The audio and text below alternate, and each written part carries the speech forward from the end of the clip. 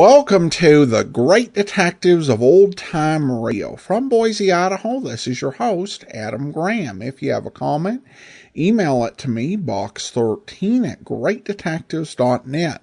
Follow us on Twitter at Radio Detectives and become one of our friends on Facebook, facebook.com/Radio Detectives.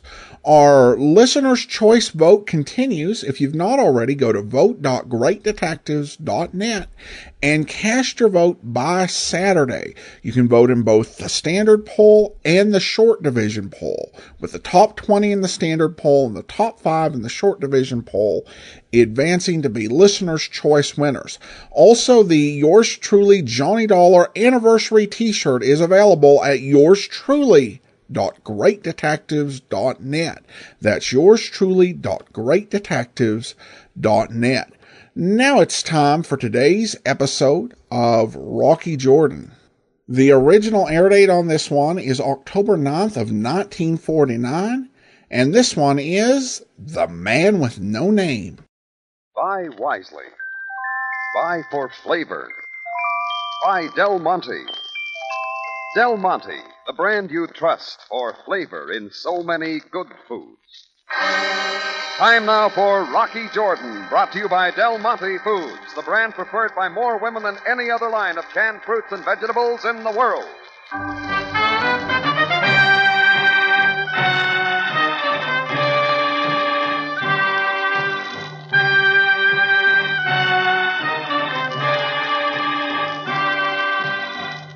Not far from the Mosque Sultan Hassan in Cairo stands the Cafe Tambourine, run by Rocky Jordan. The Cafe Tambourine, crowded with forgotten men, alive with the babble of many languages. For this is Cairo, where modern adventure and intrigue unfold against the backdrop of antiquity. Del Monte presents Rocky Jordan and this week's story, The Man with No Name.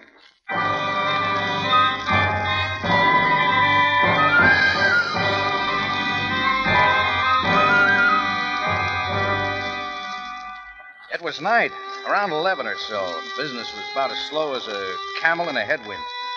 Few people were scattered through the Tambourine, but none of them was making much of a noise in the register. It was the man on table 6, however, who caught my eye. He'd ordered a bottle of gin and a pitcher of tonic, and was doing his own mixing and enjoying what he made. He was a big man, stocky, with a bush of gray hair and a pair of sharp blue eyes. His skin was bronze and tough. I figured he'd spent a lot of time outdoors. When his hand started fumbling through his pockets looking for a match, I stepped up to his table and offered him a light. Oh, thank you. A second, I'll get you a book of matches. No, it's not necessary right now. You're the proprietor of this place, aren't you? That's right. Jordan's the name, Rocky Jordan. Well, I'm very pleased to meet you, Mr. Jordan. I've enjoyed this hour or so here very much. Won't you join me? Sure, fine. I'd like to. Gin and tonic? I'll pass if it's all the same to you. Certainly. Through the evening, you must get many offers. I like your place, Mr. Jordan. I like it very much. Most of all, I like the fact that you and your help leave the customer alone. This is something that other restaurants and cocktail lounges could well emulate. To leave alone is an attribute lost by our civilization. Perhaps you'll come back soon. Perhaps, Mr. Jordan.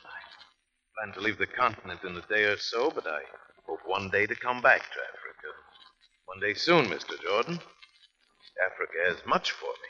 Oh, have you been in the interior? I have. Matter of fact, that's where I've spent most of the last few years. Wonderful years, Mr. Jordan. Primitive land with primitive peoples, but they both meant a great deal to me. There's a lot of people feel that way, Mr. Have you ever been on an elephant hunt, Mr. Jordan? Yes. Then you know how thrilling an experience it can be. Marvelous beasts, elephant. Had an exciting time. Mr. Jordan. You're an American, aren't you? I am. American in business in Cairo. Boston wasn't right for you, nor Seattle or New Orleans or Chicago. Turned your back on your past and came to Egypt for reasons which are your own concern, of course. Mind you, I'm not prying. What are you doing? What am I doing? Indeed. Perhaps I'm trying to find a justification for something I once did. And now look, Mr. I can't say I'm not a happy man. I am happy. I'm contented. For the past few years, I've lived the kind of life I've wanted, and not many people can say that, can they? Well, one last swallow.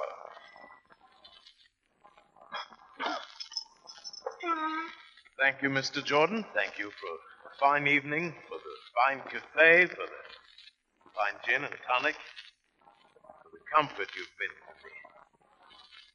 Good night. I watched him walk out of the Tambourine, pause for a moment in the doorway, then disappear in the dark up the street.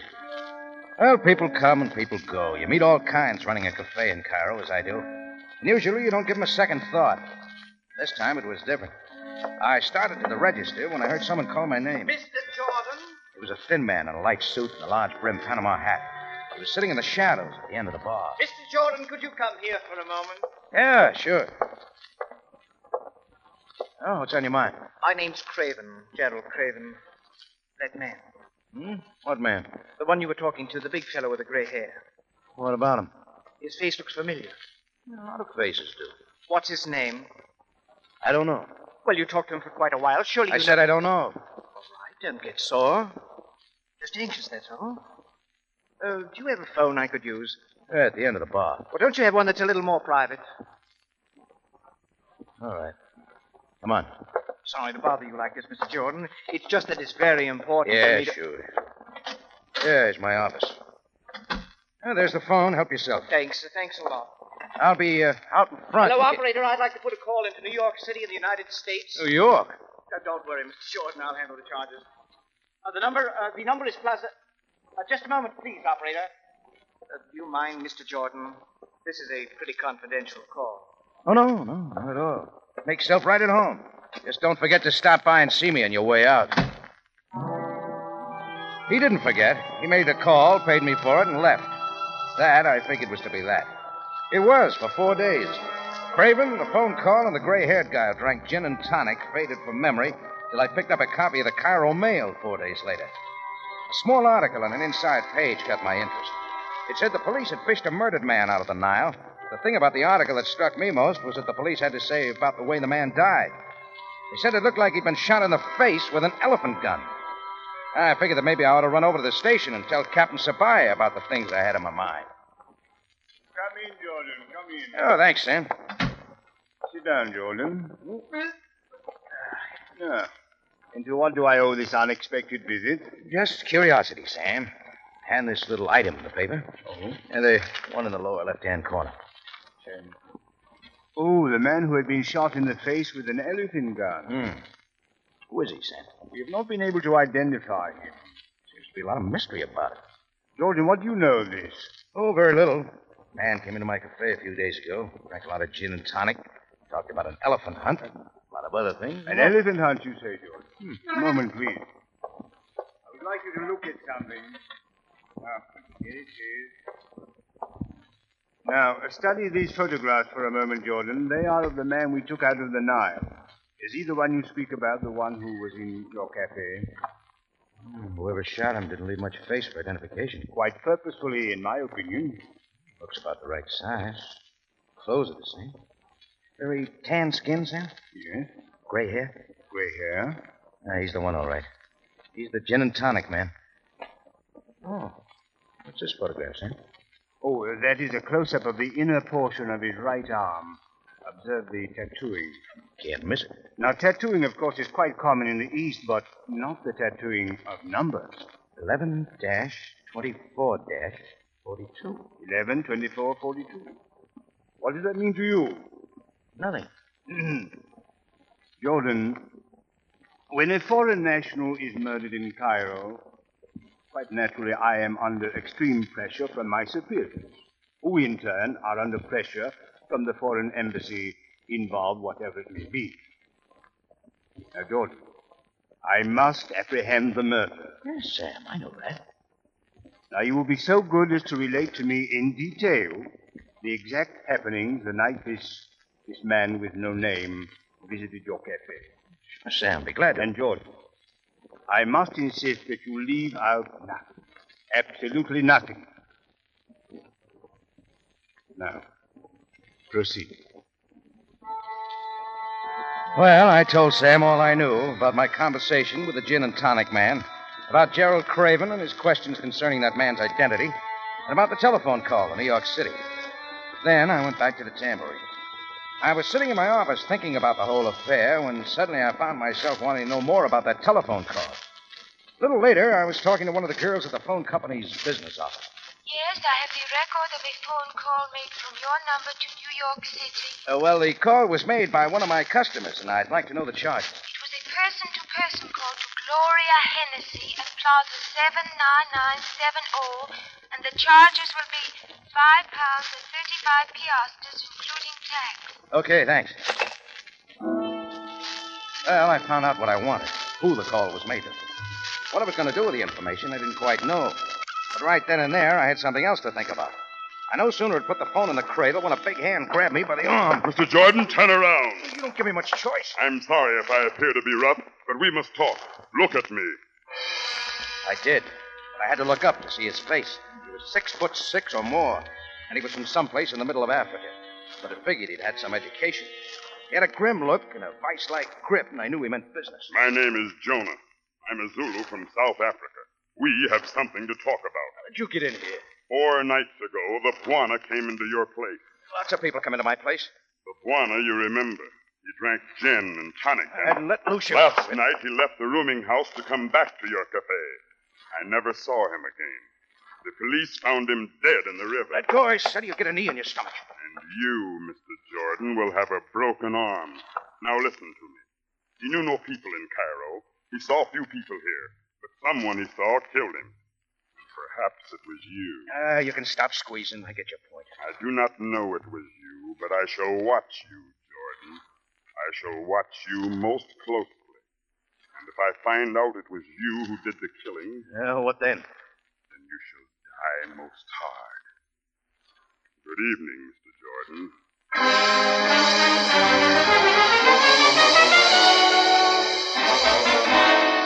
Del Monte Foods is presenting tonight's adventure with Rocky Jordan.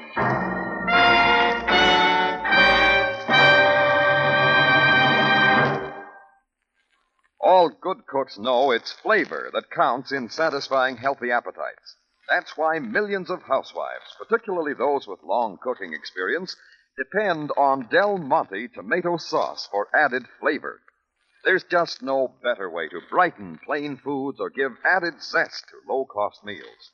One Del Monte enthusiast, Mrs. John H. Anderson of Los Angeles, said, Del Monte tomato sauce has plenty of good, rich tomato flavor. That's why it's been my favorite for over 20 years. It really brings out the flavor of the food you cook with it, and I say that's the test of a good tomato sauce. Another thing, Del Monte tomato sauce is dependable. I use it many ways: vegetable soup, meatloaf, stuffed peppers, meat pies, and so on. Del Monte tomato sauce is always good.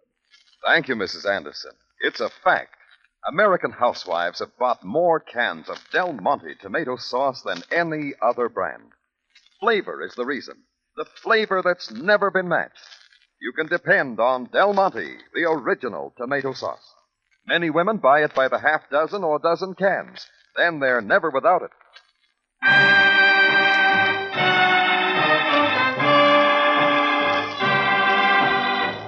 And now we take you back to Cairo, and tonight's Rocky Jordan story, The Man with No Name.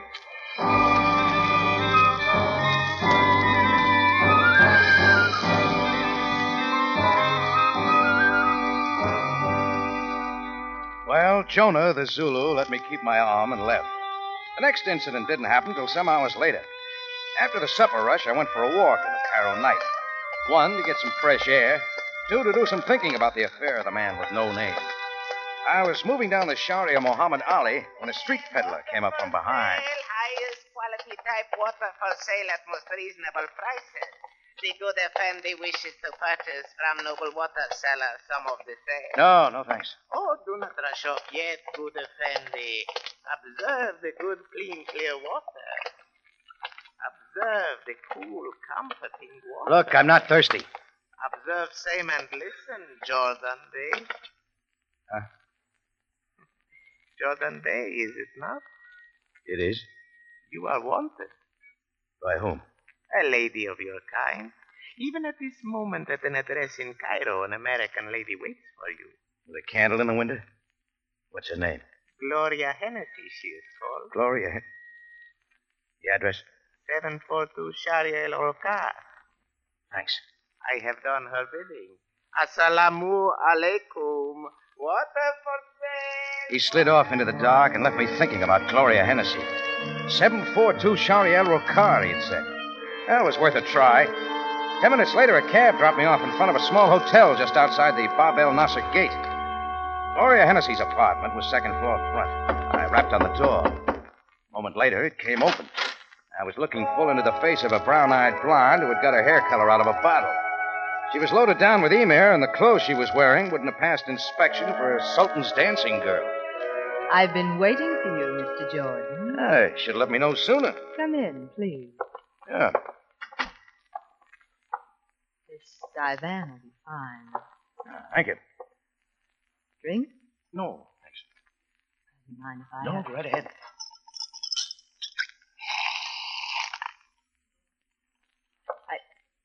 I wonder if you know who I am. Name's Gloria Hennessy. Miss? What I meant was, I wonder if you know more than my name. You're from New York. 4 days ago, you received a phone call from Cairo from Gerald Craven. That suitcase in the corner still got the TWA tag on it, so it figures you flew here in a big hurry. Yes, that's right. Just to see me? In a way, yes.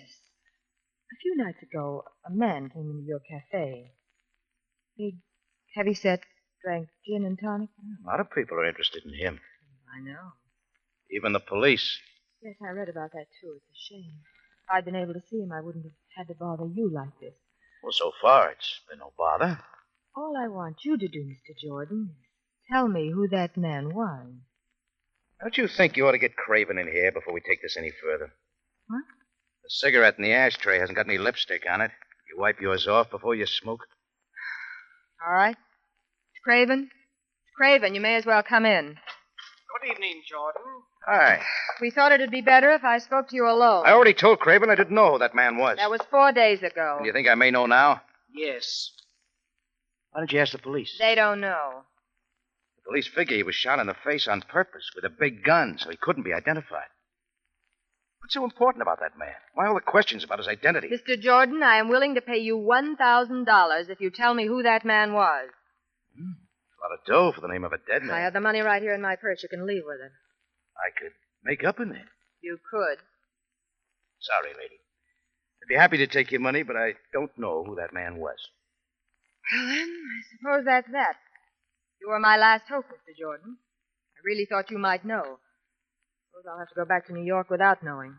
Well, if that's all we've got to talk about. I'll run along now. Thank you very much for trying to help me. Oh, yeah, sure. Oh, Miss Hennessy. Yes? There was a tattoo on the dead man's arm. Numbers. Oh? 11, 24, 42. Mean anything? I don't know. Date, maybe. An American would mark a date like that. No. Anyway, Miss Hennessy, that's all the help I can give you. Thank you, Jordan. Thank you very much. Oh, one thing more. Yes? Why don't you just keep that $1,000 handy? Who knows? Maybe before this thing's over, I'll know the name of that man.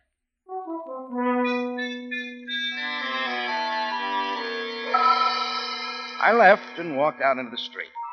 I knew I couldn't catch a cab on the lonely Sharia El Rocar, so I decided to walk back to the Tambourine. I had a lot to think about anyway.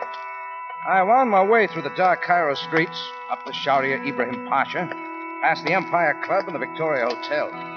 Then I turned off, making my way down the Sharia El Bean, half street, half alley. That's when it happened.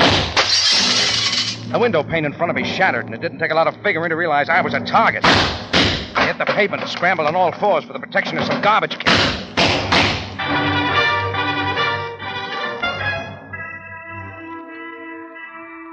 Well, I waited until it looked like it was over, and I picked myself up.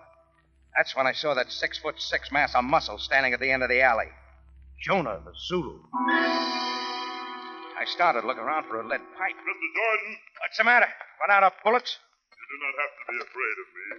Prove it. I did not shoot at you. I have been following you as I said I would, but I did not shoot at you. Look, I have no gun. You could have thrown her away. No. This shooting has convinced me that there is more to the Buana's death than I suspected. Perhaps it was not you who killed him.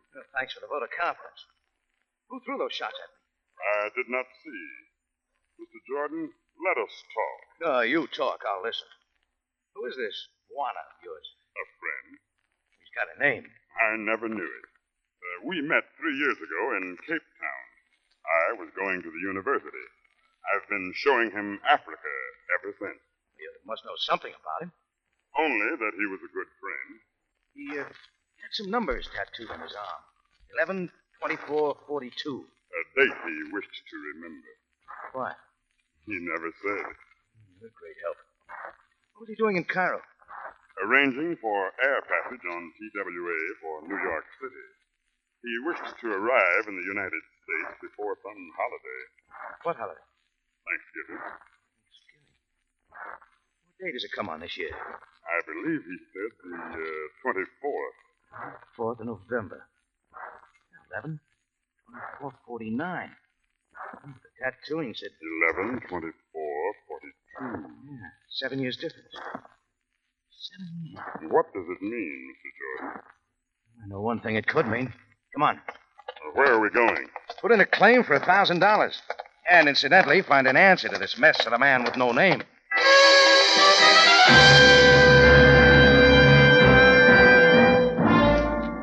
Jonah and I took out fast, like the super chief on a downgrade, retracing my steps down the Ibrahim Pasha, across to the Shari El Rokar. The hotel I was looking for was easy to find because I'd been there once before. So was the apartment, second floor front. When I rapped on the door, it was opened by the same one who'd opened it for me before. A moment later, Jonah and I were inside, and Gloria Hennessy was looking at me kind of funny. Mr. Jordan. The same. Oh, this is Jonah, a friend of mine, I think. How do you do? How do you do? Why did you come back, Mr. Jordan? Oh, maybe to earn that $1,000. Jonah was a close friend of the man who was killed. See. He knows who he was? No, I'm afraid I don't understand. you will. Please get to the point, Mr. Jordan. Mr. Craven and I are leaving Cairo soon. I want to ask you one question, Miss Hennessy. What is it? That's it. That's what? That's the question. Is it Miss Hennessy or Mrs. Hennessy? I don't see what that's got to do... I haven't heard your answer. Maybe I don't think I ought to answer it. You don't have to. Where are you going? Your purse here on the table? You leave that alone. Sure, after I find what I want. Here. Driver's license. This'll do. Mrs. Gloria Hennessy. There's your purse. Well, I guess it was I who made the first mistake. I looked at you and started calling you Miss. Maybe it was wishful thinking. Oh, don't worry, mister. A guy with your manners hasn't got a chance. All right, so I'm Mrs. Gloria Hennessy. What does that mean? And let's see if we can figure it out. What's going on? Jordan. Hi, Craven. Come on in. Just time to see me earn $1,000. Who's this? Oh, his name's Jonah. He's not going to like you. Gerald, he's found out that I'm Mrs. Hennessy and not Miss. He's trying to make something out of it. Oh, but that's preposterous. Yeah, not if the man who's dead was Mr. Hennessy. You supply the first name, Gloria. He was your husband. Well, the way I figure it, went something like this. 7 years ago, Hennessy disappeared. I don't know what the circumstances were. You'll have to tell me. Anyway, he spent the next 7 years in Africa, living the kind of life he wanted. But after 7 years, New York says a man is legally dead. All his possessions, and probably quite a bit, go to his wife. Hennessy didn't want that, because I don't suppose he liked you very much, Gloria. He was making it a point to get back to the United States before the 7 years were completely up. Well, that wasn't so hot for you, so you decided to kill him in a way the body couldn't be easily identified. As far as the law knew, Hennessy'd been dead for 7 years. The riches are all yours. Jordan, you're a beast. Please, Gloria. Jordan, that's a very fanciful theory you have. When I tell Captain Sabaya about it, he'll just lift a few fingerprints off the dead man, check it with some of Hennessy's papers in New York.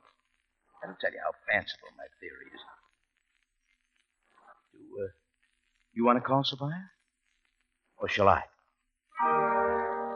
Both Craven and Gloria stood there, neither moving. I was wondering what Craven had in mind. I found out. He started slowly, as if he was making for the phone, but as he got there, he turned his back toward me, and his hand made a dart for his inside coat pocket. It never got there. Stop. Jonah got to him first. He grabbed Craven by the scruff of the neck with one hand and the seat of the pants with the other. Then lifted him high over his head and with all his might threw him against the far wall.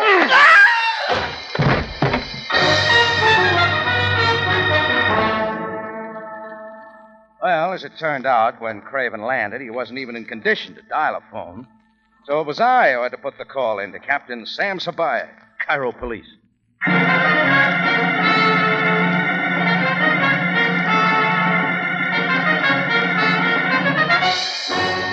In just a moment, Rocky Jordan returns to conclude tonight's story.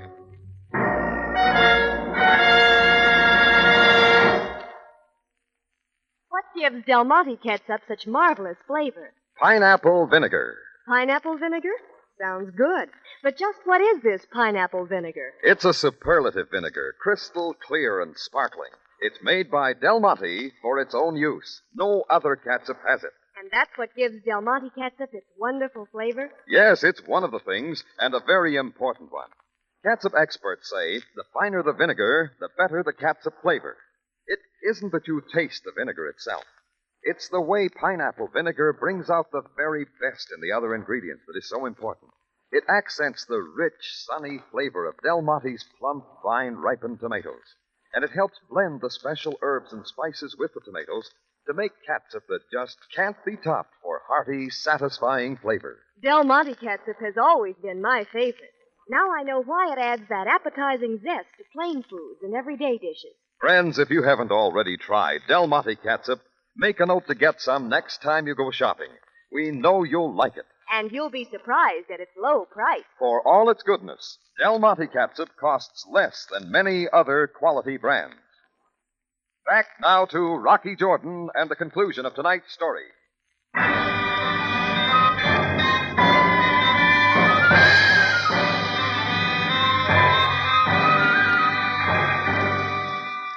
Well, Sam came and I told him what I knew. He hustled Gerald Craven and Gloria Hennessy to the station, told Jonah to go back to his rooming house. He'd talk to him later. He told me to go into his office and wait until he had a chance to talk to Gloria and Craven. And 20 minutes later, he came into the office and roused me out of his squeaky chair. Hello, Jordan. Jordan, please, use the other chair. I do not like you looking through the papers on my desk. I didn't find much, Sam. Just your weekly quota of the traffic ticket. Your Occidental brand of humor has always failed to impress me. Sorry? Well, Jordan, as they have confessed all, I understand from my conversations with Craven and Mrs. Hennessy that this is approximately what occurred. After Hennessy arrived in Cairo from the interior of Africa, he sent a telegram to his wife in New York advising her of the fact that he was not dead and was returning within the 7-year period. She must get a big kick out of that. She did not know whether or not it was a hoax, so she dispatched her lawyer, Gerald Craven, to Cairo to find out. He found out it was no hoax, called her, and... Her long conversation with you, of course, was not to determine the identity of the dead man, which she already knew, but to determine whether or not you knew his identity. And when I said I might find out, Craven took his bullets after me. Precisely. Well, coffee, Jordan? No, thanks, Sam. I've get back to the Tambourine. Tambourine? What is the hurry? Want to cross gin and tonic off my menu.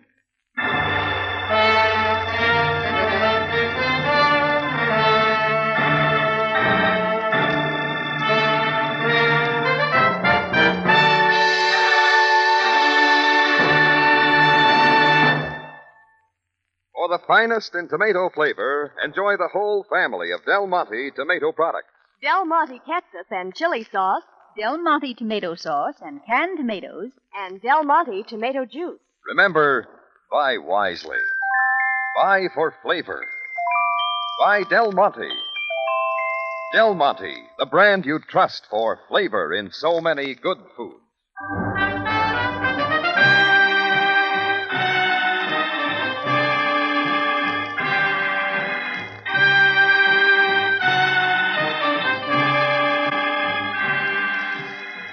Rocky Jordan, written by Larry Roman and Gomer Cool, stars Jack Moyles in the title role with Jay Novello as Sam Sabaya, and is produced and directed by Cliff Howell, with original music composed and conducted by Richard Arant. Remember, you have a date next week at the Cafe Tambourine, run by Rocky Jordan. Same time, same station. And the story is Quest for Tranina.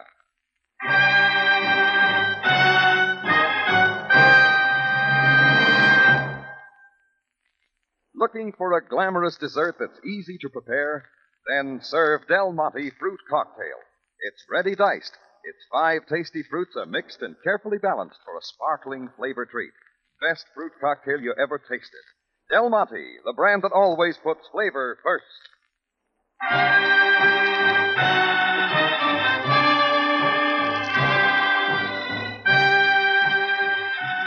Larry Thor speaking. Rocky Jordan is presented over CBS, the Columbia Broadcasting System.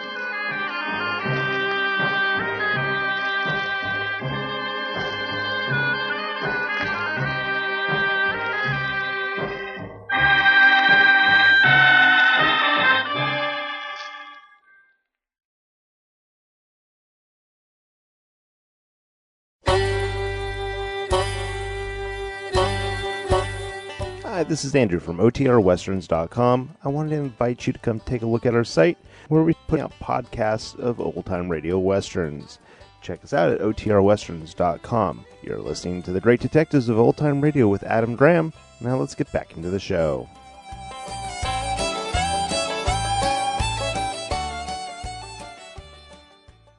Welcome back. Well, a great setup for the episode. Just a lot of mystery with him refusing to even divulge his name. A good way to set up the story. The one thing I found myself wondering, and maybe I don't understand this because I don't drink, but he essentially said that what he liked about being in the bar was being left to himself pretty much to go ahead and mix his drink. So if what you like is being left alone to mix your drink, why would you go to a bar where you pay more for the liquor and there's a chance that people might actually bother you? It seems like you could just mix it in your hotel room, but I don't know, maybe there was a law in Egypt at the time because it was a Muslim country against purchasing your own alcohol. And you could only get it at the Cafe Tambourine. The appearance of Roy Glenn in this episode is worth noting. We rarely hear black actors on these programs, and it's rare for them to appear, and even rarer to get a pretty good part. While he's playing a Zulu, it's not played with like any of the negative stereotypes that would be associated with that sort of role. The character's a tough guy, but he's fiercely loyal and just a great help to Rocky. Roy Glenn did a lot of radio acting work. He was best known for his performances on Amos and Andy, where he also starred in the TV program as well. But he did a lot of other programs as well, several episodes of Suspense, Lux Radio Theater, Jack Benny Show, and even a few Johnny Dollar episodes, though I think he was in minor roles in that didn't really stand out. All right, well, that will actually do it for today.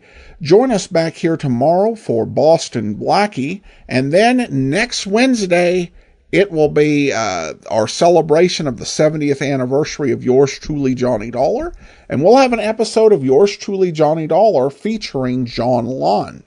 And then in 2 weeks, we'll be back with another episode of Rocky Jordan. In the meantime, send your comments to box13@greatdetectives.net. Follow us on Twitter at Radio Detectives and become one of our friends on Facebook. Facebook.com/Radio Detectives. From Boise, Idaho, this is your host, Adam Graham, signing off.